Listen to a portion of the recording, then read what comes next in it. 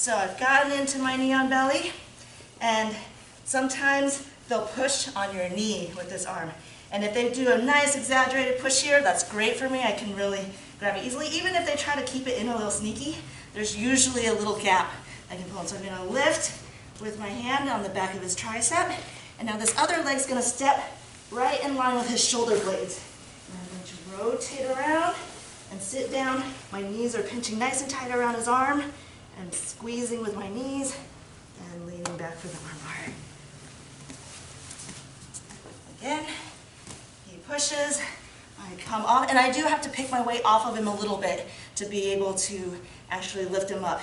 And now my weight is transferring onto my elbow instead of my knee. So I still have weight on him as I'm pivoting around. Come down, and there's the armbar.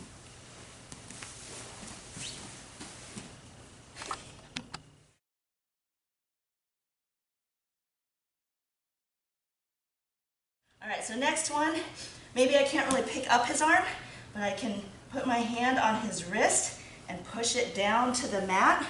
And then as I come off of his body, this other arm is coming underneath the shoulder, and I'm sliding my hips off.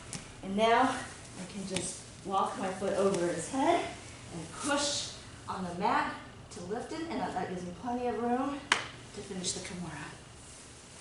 Let's do a different angle. Better angle? Okay, so here I have my knee on belly, he pushes, I can't quite pull him up, I can put my hand right on the wrist, force it down to the mat. As I slide off, I'm getting my Kimura grip, and I'm keeping my belly heavy on him so that he can't buck around as I'm making this transition. Can walk up, heel toe, heel toe, heel toe. Press with my leg on the mat to lift him up, and it should just be a really small movement to finish.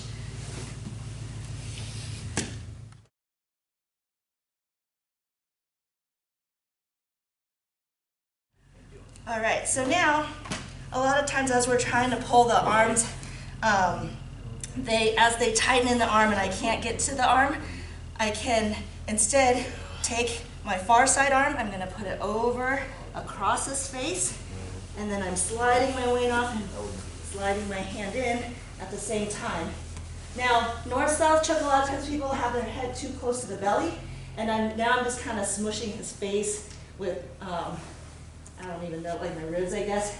And so I need to wiggle my way down so I can saw back and forth until I get really low, and then I'm going to think about driving my shoulder down into his neck while maintaining pressure with my ribs on his face. Let's do another angle. Maybe rotate the knee. So here, I'm going to try to attack the arms, and maybe he's not letting me. So I can pose here for balance, take this arm over across, and then under the head. As I slide down, right, my head's not up here, I'm going down, down, down, down, and then I'm still maintaining pressure with my ribs on his face, and then simultaneously smashing down with my shoulder. Imagine someone is walking by and pushing your shoulder down into their neck as you're doing this one.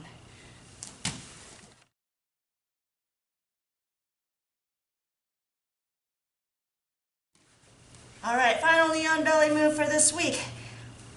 If I'm kind of messing around and trying to get my chokes or my arm bars, and he picks up his head to try to sit up, that's the perfect time to go for the guillotine. So this time it's the same side arm coming on to behind his head and looping around. I'm going to keep my weight on him. If you have very long legs, sometimes people like to actually put their foot in here for half guard or hook it on the outside of the leg. My legs are short, so I'm just going to have it staying on his belly. And then I'm going to get my guillotine grip, which looks like this. Just one hand over the top of the other hand. And I'm posting on my head to keep balanced. And then I'm just closing up that space like this. So here's the space where his head is. If I close it up and crunch at the same time, it's bringing his head like this and squeezing at the same time.